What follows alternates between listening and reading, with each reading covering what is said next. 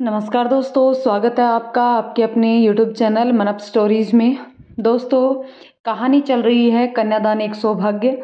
इसके 2 part upload हो चुके हैं दोस्तों, ये तीसरा पार्ट है और इससे पहले आपको दोनों पार्ट ज़रूर पढ़ने चाहिए, जिसका लिंक आपको नीचे डिस्क्रिप्शन बॉक्स में इसी कहानी के नाम से ही प्लेलिस्ट दी हुई है, उसमें आपको दोनों पार्ट मिल जाएंगे। वहाँ जाकर के दोनों पार्ट ज़रूर पढ़िएगा। साथ ही साथ मन अप स्टोक चैनल पर भी विजिट कीजिए और उसकी कहानियाँ भी आप सुन सकते हैं। और अगर कहानी पसंद आए तो चैनल को सब्सक्राइब जरूर कर लीजिए। तो चलिए दोस्तों, इस कहानी के इस पार्ट को हम शुरू करते हैं। ऐसी कौन सी बातें याद आ गई पूरब, जो तुम इतना हंस रहे हो? पाखी उत्सुक होते हुए पूछती है। तो पूरब कुछ सोचते हुए मुस्कुरा देता है। पाखी, तुम्हें याद है ना, जब एक बार हम पिकनिक पर गए थे, तुम्हें जंगल में किसी झाड़ की खरोच लग गई थी और तुम रो रो कर कह रही थी कि मुझे सांप ने काटा है, सांप ने काटा है, मैं मरने वाली हूँ, मुझे बचा लो। पूरब सोचते हुए उससे कहता है। तो पाखी शर्म से अपना चेहरा छुपाने लगती है। ओ पूरब, बस करो, तुम जानते हो ना, मैं उस पिकनिक को भूल जाना चाहती हूँ। मुझे आज भी उस बचकानी हरकत में शर्म आती है। पाखी अपने हाथों से चेहरा छुपाए हुए कहती है। वह शर्मा रही है। पूरब को मजा आ रहा है। पूरब, बस भी करो, नहीं तो फिर से मैं तुमसे नाराज हो जाऊंगी। पाखी रोने जैसा मुंह बनाते हुए कहती है। तो पूरब अचानक से चुप हो जाता है, जैसे वह भूल गया हो कि अभी तो वह पाखी से नाराज है। मेरा मतलब वो नहीं था पूरब। पाखी पूरब को चुप होता देख तुरंत चिंतित होते हुए बोल पड़ती है। कोई बात नहीं पाखी, मैं तो मजाक कर रहा था। पूरब सामान्य भाव से पाखी से कहता है।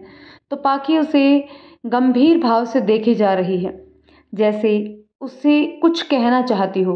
पूरब, मुझे तुमसे कुछ कहना है, पाखी संकोचित होते हुए उससे पूछती है। तो वह उसे मुस्कुराते हुए देखने लगता है। पूरब, हमारी शादी में पापा नहीं आएंगे। मैंने उन्हें नहीं बुलाने का फैसला किया है। मैं नहीं चाहती कि मेरी जिद की वजह से हमारे रिश्ते पर कोई भी प्रभाव पड़े। पाखी सामान्य भाव से पूरब से कहती है, जबकि उसकी आंख कुछ और ही कह रही है, जिसे पूरब ध्यान से देख रहा था। उसे आश्चर्य होता है कि पाखी ने इतना जल्दी अपना फैसला कैसे बदल लिया। अब तुम्हें नाराज होने की जरूरत नहीं पड़ेगी और ना ही किसी और को कोई शिकायत होगी, पाखी बेमन से कहती है। पूरब उसे आश्चर्य से देख रहा है। उससे पहले कि पाखी की आंख से आंसू बह चले, वह उठ खड़ी होती है। पूरब, मैं अभी वॉशरूम जाकर आती हूँ। पाखी अपने आंसुओं को छुपाते हुए उससे कहती और फिर जल्दी से बाहर की तरफ चली जाती है। पूरब को कुछ समझ में नहीं आता कि पाखी क्या कह रही है। उसे पाखी के लिए फिक्र होती है, मगर वह अभी उसे कुछ नहीं कह सकता। एक तो बड़ी मुश्किलों से अपने घर वालों को शादी के लिए राजी किया है। अगर कुछ गड़बड़ हो गई तो अंजाम कुछ भी हो सकता है। वार्ड के बाहर तीनों दोस्त हंसी मजाक कर रहे होते हैं, तभी वार्ड से बाहर आंसू पोंछते हुए पाखी आती है। तीनों दोस्त शांत हो जाते हैं और पाखी को देखने लगते हैं। वह बिना उनकी तरफ देखे आगे बढ़ जाती है। तीनों दोस्तों को अजीब लगता है कि पाखी रोते हुए क्यों वार्ड से बाहर आई है। कहीं फिर से उन दोनों में झगड़ा तो नहीं हुआ। वॉशरूम में जाकर पाखी फूट फूट कर रोती है। आखिर उसने अपने पापा को नहीं बुलाने का फैसला किया है। सबकी खुशी की खातिर उसने अपनी खुशी कुर्बान कर दी है। एक पिता को अपनी बेटी की शादी में शामिल होने तक का अधिकार नहीं है। कैसी है ये दुनिया और कितने अजीब लोग हैं। पाखी रोते हुए अपने आप से कहती है। पापा, मुझे माफ़ कर देना। पापा, मुझे माफ़ कर देना। मैं आपको अपनी ही शादी में नहीं बुला सकती हूँ। आपको मेरा कन्यादान करने का अधिकार भी नहीं दे सकती हूँ। मुझे माफ़ कर देना पापा। पाखी वॉशरूम में रोते हुए अपने आप से कहती है। उसे बहुत दुख हो रहा है, मगर उसके पास कोई दूसरा रास्ता नहीं है। सबकी खुशियों के लिए उसे अपनी ही खुशियों से समझौता करना ही पड़ेगा। सुबह की किरण बिखरते हुए फैल रही है। सड़क पे कुछ बुजुर्ग आपस में बातें करते हुए टहल रहे हैं। हॉस्पिटल में सफाई कर्मचारी सफाई कर रहे हैं। वार्ड में भी चहल पहल की आवाज़ से पूरब की आंखें खुलती हैं। बगल में पाखी गहरी नींद में सो रही होती है। वह पाखी को देखकर मुस्कुरा देता है। पाखी किसी बच्चे की तरह मुंह खोले हुए सो रही है। पूरब प्यार से उसके गाल पे हाथ फेरता है तो पाखी मुंह बना लेती है। पूरब को हंसी आ जाती है। फिर वह प्यार से मुस्कुराते हुए पाखी को चादर उड़ाता है और वह बेड से उतर जाता है। फिर वह खिड़की खोलता है तो ठंडी ताज़ी हवा उसे अपनी आगोश में समेट लेती है। उसे अच्छा महसूस होता है। सामने छत पे चिड़िया चहक रही है। सड़क पर एक कतार में गाड़ियां आ जा रही हैं। सूरज की बिखरती किरणें देखने का एक अलग ही अनुभव है। उसे वाकई में अच्छा महसूस हो रहा है। इससे पहले पाखी उसे रोज अपनी दिनचर्या के बारे में बताती थी, लेकिन जब उसने कभी गौर नहीं किया था और ना ही कभी पाखी को ध्यान से सुना था।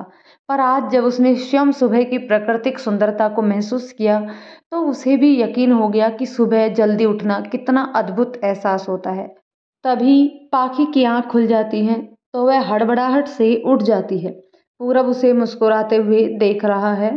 तुमने मुझे जगाया क्यों नहीं? कितनी सुबह हो गई है? पाखी आंख मलते हुए उससे कहती है, जैसे वह जल्दबाजी में हो।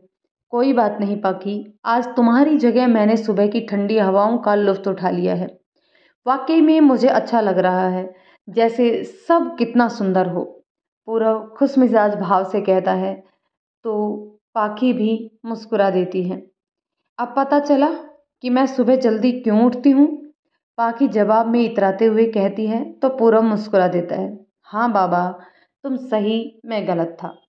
पर देखना, शादी के बाद मुझे भी तुम्हारे साथ उठने की आदत पड़ जाएगी। फिर दोनों साथ मिलकर सुबह का आनंद उठाया करेंगे। पूरब मुस्कुराते हुए पाखी से कहता है तो पाखी भी जवाब में मुस्कुरा देती है। देखते हैं तुम कितना बदलते हो। फिलहाल मैं डॉक्टर से मिलकर आती हूँ, जब तक तुम रेडी हो जाओ, ठीक है? पाखी जवाब में मुस्कुराते हुए वार्ड से बाहर की तरफ चली जाती है।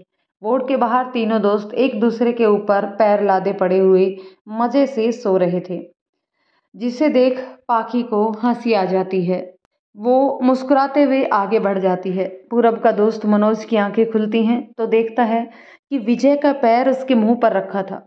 वह तुरंत झटकार देता है। मनोज अजीब सा मुंह बना लेता है कि जिसे वह रात भर लड़की का गाल समझ के चूम रहा था, असल में तो वो इस कुत्ते का पैर था। मनोज ओकने लगता है। फिर वह गुस्से से विजय को एक लात मारता है, मगर तब भी वह नहीं उठता है। इधर आदित्य विजय को बाहों में समेट लेता है, जिसे देखकर मनोज को अजीब लगता है। इससे पहले कुछ गड़बड़ हो जाए, मनोज तुरंत दोनों को एक एक लात मारता है। तब जाकर दोनों हड़बड़ाते हुए उठते हैं। सड़क पे ट्रैफिक लगा हुआ था। एक बच्चा भीख मांग रहा है। तभी पीछे से मनोज कार चलाते हुए आता है। वह अभी गुस्से में दिख रहा है, जबकि बगल में बैठे विजय आदित्य अपनी हंसी को दबाते हुए मुस्कुरा रहे हैं। कार के पीछे पूरब और पाखी बैठे हुए हैं।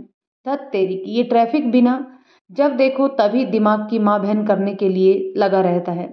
मनोज कार के हैंडल को धक्का मारते हुए गुस्से से कहता है तो बगल में बैठा दोस्त आदित्य उसे हैरत से देखता है। अबे, तू क्यों इतना गुस्सा हो रहा है? ट्रैफिक में ही तो खड़ा है, कहीं धूप में थोड़े ना खेत काट रहा है जो मरा जा रहा है। आदित्य तंज कसते हुए उससे कहता है तो बाकी सब हंसने लगते हैं। अगर तूने एक और शब्द बोला ना तो तेरा मुंह तोड़ दूंगा, मनोज गुस्से से आदित्य से कहता है। तो वह हंस पड़ता है। साथ ही पूरब और पाखी भी हंस पड़ते हैं। तू और मेरा मुंह तोड़ेगा? चल हवा आने दे, थोड़ा और खा कर आ, फिर सीना दिखाना मुझे, 1.5 फीटिया कहीं का। आदित्य भी अकड़ते हुए जवाब में उससे कहता है। तो वो और गुस्सा हो जाता है। तुम दोनों बाहर जाकर युद्ध कर लो, लेकिन मेरा सर मत खाओ, मुझ समझे? विजय चिड़चिड़ाते हुए बोल पड़ता है। पूरब और पाखी मुस्कुरा रहे हैं, मगर मनोज गुस्से से दोनों को घूरे जा रहा है, जैसे वह उन्हें जिंदा खा जाएगा। अरे बस भी करो तुम सभी, नहीं तो बीच सड़क पे सभी को उतार दूंगा, समझ गए? हमेशा छोटे बच्चों की तरह झगड़ते रहते हैं। पूरब सबको डांटता है तो तीनों मुंह फुलाए हुए चुप हो जाते हैं। ट्रैफिक खुल जाता है। मनोज मुंह फुलाए हुए कार आगे बढ़ाता है। घर में सुदेश जी सोफे पे बैठे शादी के बजट का हिसाब किताब कर रहे हैं। वह काफी व्यस्त नजर आ रहे हैं, जैसे बहुत परेशान हो। तभी रचना जी चाय की ट्रे लिए आती है। सुदेश जी उनकी तरफ एक नज़र व्यस्तता भरे भाव से देखते हैं और फिर हिसाब किताब करने लगते हैं। रचना जी को संदेह होता है कि वे परेशान हैं। क्या हुआ? आप इतने परेशान क्यों लग रहे हैं? रचना जी चाय की ट्रे टेबल पे रखते हुए कहती है। तो सुदेश जी माथा चढ़ाए हुए चाय का कप उठा लेते हैं। रचना जी सुदेश जी के बगल में ही बैठ जाती है। शादी का बजट देख रहा हूँ, समझ में नहीं आता कि कैसे मैनेज करूँ। टोटल 10 लाख रुपए हो रहे हैं और अपने पास 7 लाख तक का ही बजट है। सुदेश जी चाय की चुस्की लेते हुए चिंतित भाव से कहते हैं। तो रचना जी के चेहरे के भाव भी बदलने लगते हैं। आप फिक्र मत करिए, जितना बन सकेगा उतना ही करेंगे ना, आखिर हमारी तो और भी एक बेटी है ना। रचना जी पति की समस्या को महसूस करते हुए कहती है। नहीं रचना, तुम नहीं समझ रही हो। पाखी को तो तुम जानती ही हो, अगर कहीं कोई चूक रह गई तो बेकार में उसे बहाना मिल जाएगा मुझे नीचा दिखाने का। आखिर हूं तो सौतेला बाप ही ना। सुदेश जी चिंतित भाव से पत्नी रचना जी से कहते हैं। तो वह परेशान सी होने लगती है पति की समस्या जानकर। तो क्या उसके लिए आप अपने आप को तकलीफ देंगे? मैं पाखी से बात करूंगी कि कोई दूसरा शादी का हॉल देख लेते हैं जो कम बजट का हो। रचना जी सुदेश जी से विचार विमर्श करते हुए कहती है। तो सुदेश जी ना में अपनी मुंडी हिलाते हैं। नहीं रचना, मैंने कहा ना कोई इंतजाम तो हो ही जाएगा, तुम फिक्र मत करो। सुदेश जी रत्ना जी को दिलासा देते हुए उनसे कहते हैं। 4 लाख रुपये मायने रखते हैं सुदेश, जो कि सिर्फ हॉल की बुकिंग के लिए बहुत हैं। क्या शादी में कुछ और नहीं देना पड़ेगा? नहीं, मैं पाखी से बात करूंगी कि कोई और हॉल देख लेते हैं, यह हमारे बजट का नहीं है। रचना जी चिंतित होते हुए पति से कहती है। तो सुदेश जी चिंतित से कुछ सोचने लगते हैं। मम्मी, आप लोगों को मेरी शादी की फिक्र करने की बिल्कुल भी ज़रूरत नहीं है। पाखी हॉल में आते हुए कहती है। तो दोनों उसे आश्चर्य से देखने लगते हैं। पाखी, हमारे कहने का वो मतलब नहीं था, हम तो बस ये कह रहे थे कि एक दिन के लिए 4 लाख रुपये देना कुछ ज़्यादा नहीं हो रहा है। मम्मी पाखी को समझाने की कोशिश करते हुए कहती है। तो पाखी आश्चर्य से अपना माथा चढ़ा लेती है, जैसे उसे मम्मी की बातों से कोई लेना देना ना हो। हाँ बेटा, शादी तो हम ही करने वाले हैं, बस कुछ डिस्कस कर रहे थे, तुम्हारी शादी उसी हॉल में होगी। सुदेश जी अपनी बात रखते हुए उससे कहते हैं ताकि उसे बुरा ना लगे। तो पाखी उसे हैरानी से देखने लगती है।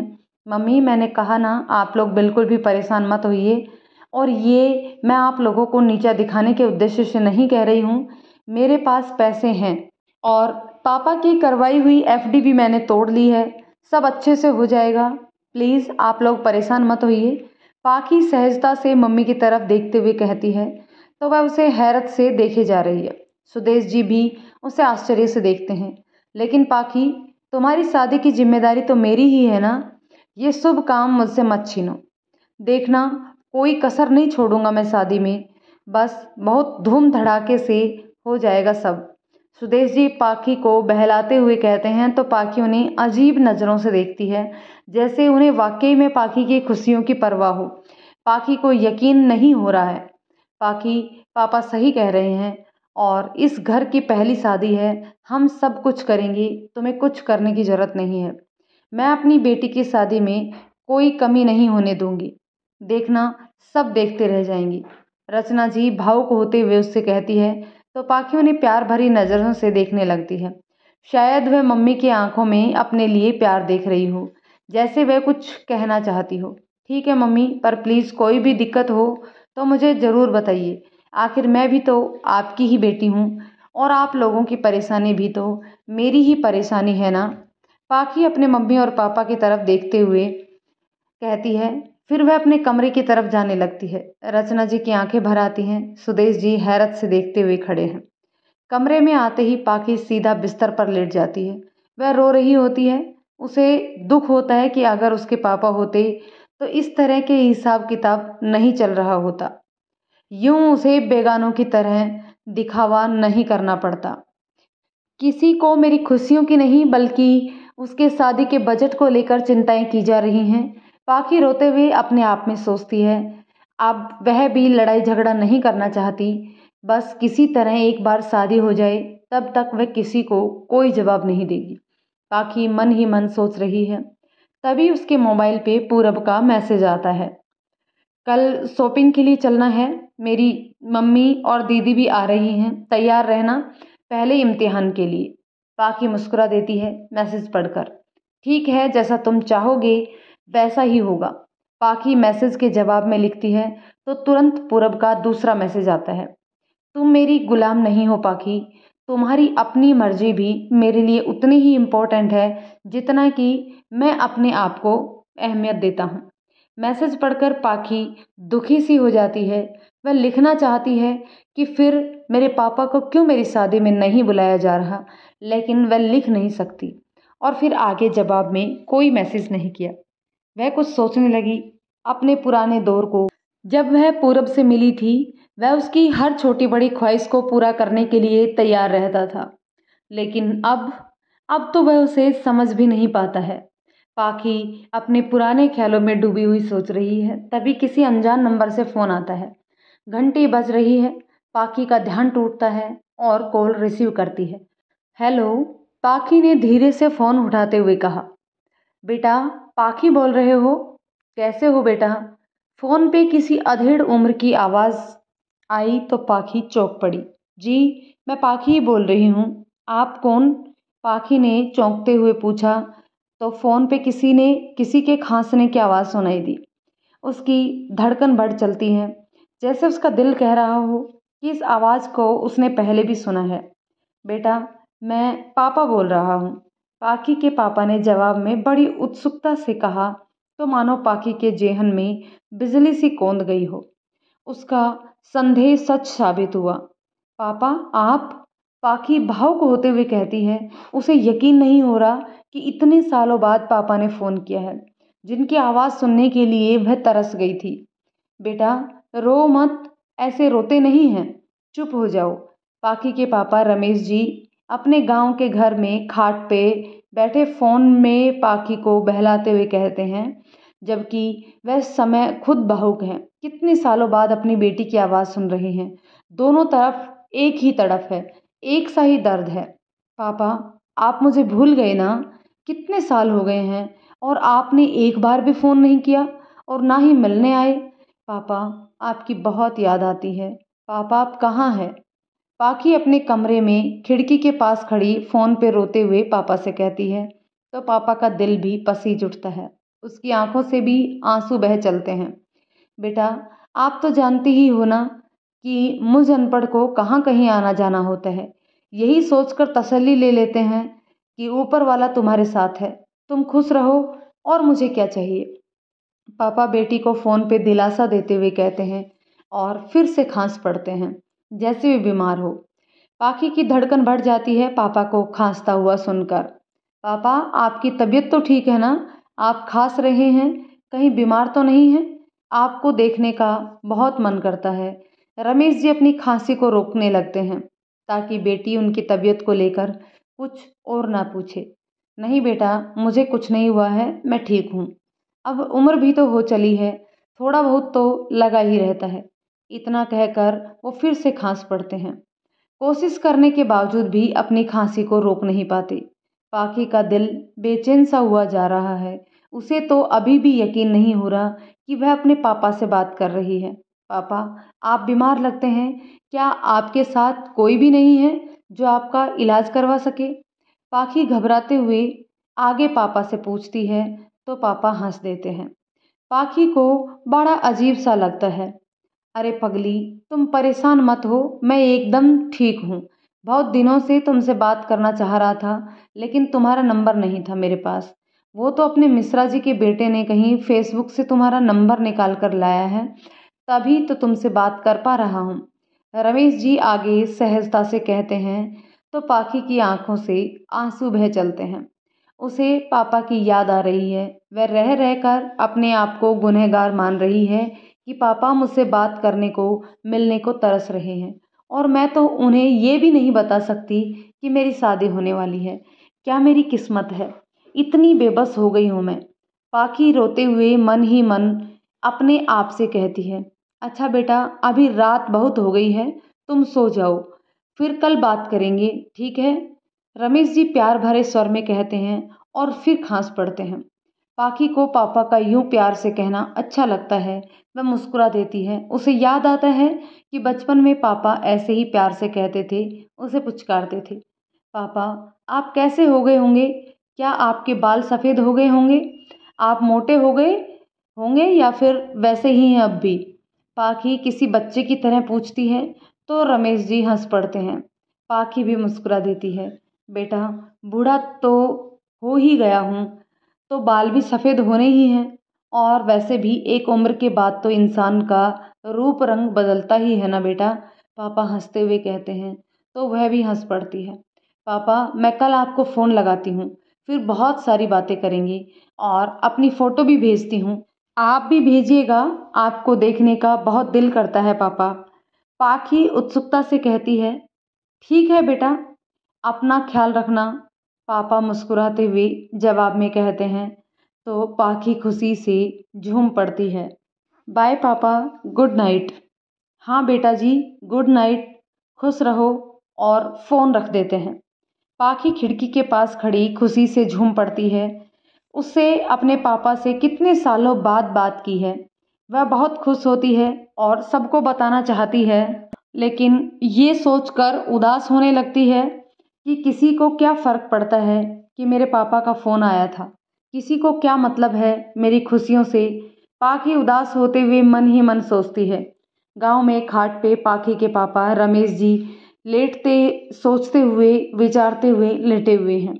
आज उनकी आंखों में नींद नहीं है। वो आज भी अकेले ही हैं। खेतों में काम करने वाला एक मजदूर जो उनके साथ कई सालों से है, वो दूसरी चारपाई पर सो रहा है। रमेश जी ने तो अपना सारा जीवन गाय भैंसों और खेतों की देखभाल करने में ही लगा दिया है। रिश्तों के नाम पर एक बेटी पाखी ही है, वो भी मीलों दूर है। तलाक के बाद कई रिश्ते आए, लेकिन रमेश जी ने दोबारा शादी ना करने का फैसला लिया। उनका मानना था कि अब सारी ज़िंदगी अकेले ही काटेंगे। जो एक रिश्ता सफल नहीं हुआ तो दूसरा सफल होगा, इसका क्या प्रमाण है। पढ़े लिखे तो हम हैं नहीं, परंतु किसी और की नहीं तो क्या हुआ, अपनी नज़रों में तो इज्जत है। कोई भी आए और यूं अनपढ़ गंवार कहकर छोड़कर चला जाए, ये अब मंजूर नहीं। इसलिए अब बाकी ज़िंदगी अकेले ही गुजार लेंगे। रमेश जी लेटे हुए पुरानी यादों को सोच रहे हैं। उनके ज़हन में हजारों तस्वीरें दिखाई दे रही हैं। वो पाखी का चलना, दौड़ना, रोना, हंसना, उन्हें सब याद आ रहा है। बड़ी मुश्किल से आज बेटी से बात करके उनके दिल को तसल्ली हुई है। वो बहुत खुश है, आंखों में एक अलग ही चमक है और मन में हजारों सवाल ख्याल पनप रहे हैं। उन्हें सोचकर मुस्कुरा रहे हैं।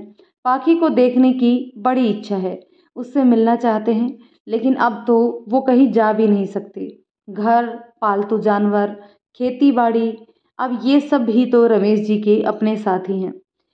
इन्हीं सब के सहारे अपने आप को व्यस्त रखते हैं और अपना मन बहलाते रहते हैं। दोस्तों, कहानी के इस पार्ट को यहीं पर ख़त्म करते हैं। मिलते हैं नेक्स्ट पार्ट में। तब तक कमेंट करके बताइएगा कहानी आपको कैसी लग रही है। यदि कहानी पसंद आए तो इसे लाइक शेयर करें। चैनल पर नए हैं तो प्लीज़ चैनल को सब्सक्राइब जरूर कर लें। धन्यवाद।